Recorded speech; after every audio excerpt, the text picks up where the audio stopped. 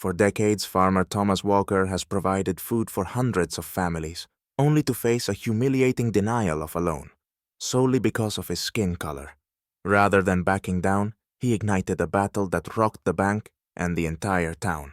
What happened next would shock even the most seasoned individuals. But let's start from the beginning. Thomas Walker, a middle-aged black farmer, is preparing for an important meeting to secure a loan to expand his farm. His harvests are among the best in the state, and with new machinery, he could boost production, hire more hands, and improve life for his family. Weeks of preparation have gone into this moment. He gathered all necessary documents, meticulously studied loan terms, and outlined every detail of his project.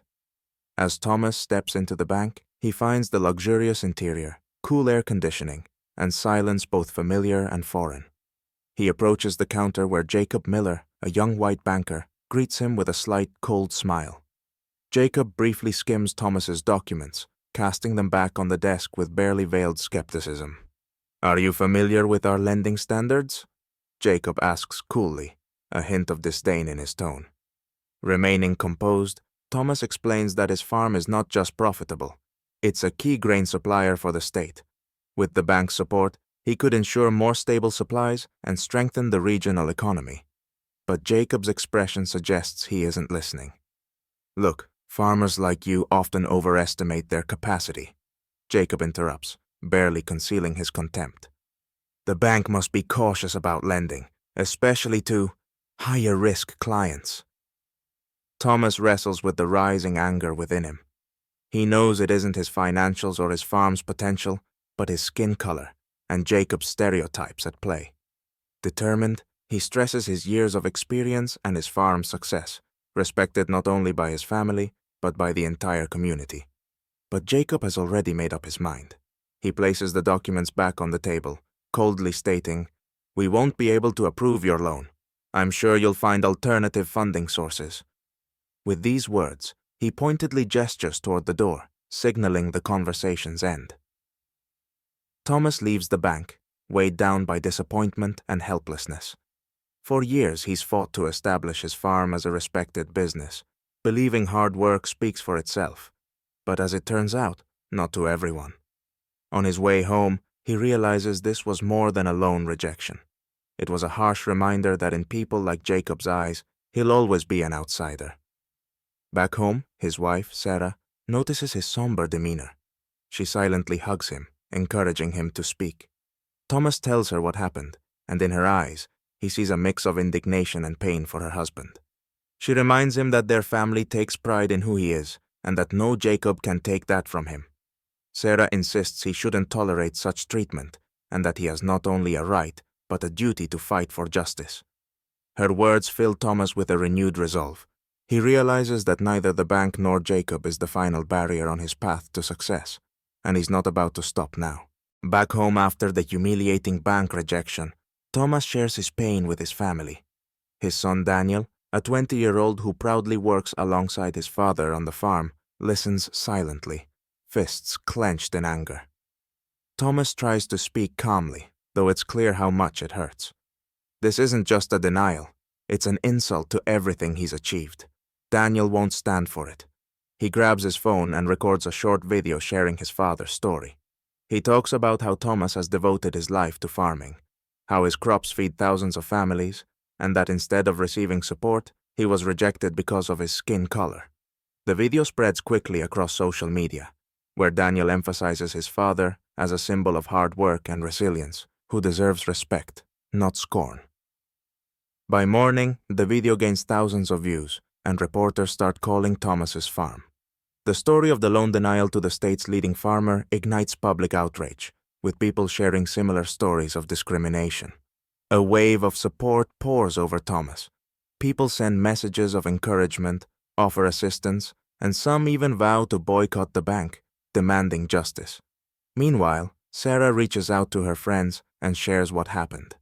Days later, a local newspaper publishes an article detailing the bank's refusal to support deserving individuals due to bias.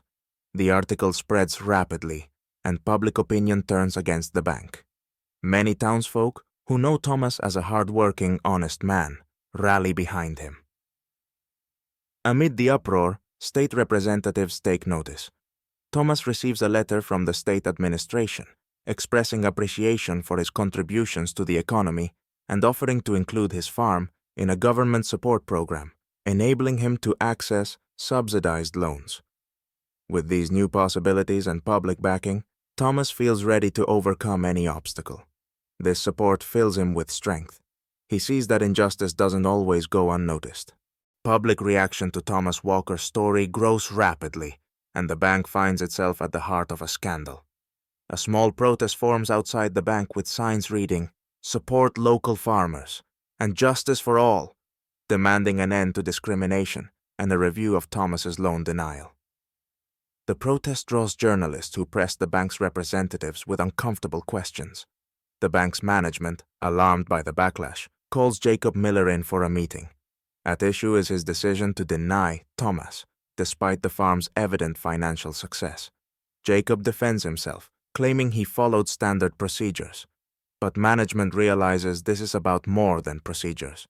It's about discrimination that can't excuse denying a loan to such a significant farmer. While the bank scrambles to contain the crisis, local officials reach out to Thomas. They offer to include his farm in a state agricultural support program, which will help him secure the needed funds without barriers. This proposal is a real lifeline for Thomas. He feels pride in his family and work, now recognized at the state level. In the meantime, the bank decides to make concessions. The management offers to reconsider Thomas's application and even offers him preferential terms. However, Thomas isn't quick to accept their apology. He uses the opportunity to call attention to systemic discrimination, stating he'll consider their offer only if they publicly admit their error and begin revising their policies toward black farmers. His conditions place the bank in a difficult position, but mounting public pressure leaves them no choice. They agree to a public apology and promise an internal review to prevent such incidents from recurring. Thomas realizes that his story has not only helped him, but has also sparked change for others. After the bank's public apology and official acknowledgement of its mistake, Thomas Walker's life takes on new meaning. His farm is now more than just a successful business. It's a symbol of the fight for justice and an inspiration to other farmers. Thomas's story spreads through local papers and even makes it into major publications. Journalists publish interviews with Thomas, where he discusses the struggles he faced and the need for systemic change. The bank is forced to take decisive steps to regain customer trust and avoid losing its license. The management announces an internal investigation and a comprehensive policy review.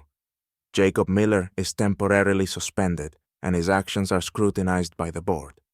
He must now confront the reality that his bias not only violated a client's rights, but also damaged the bank's reputation.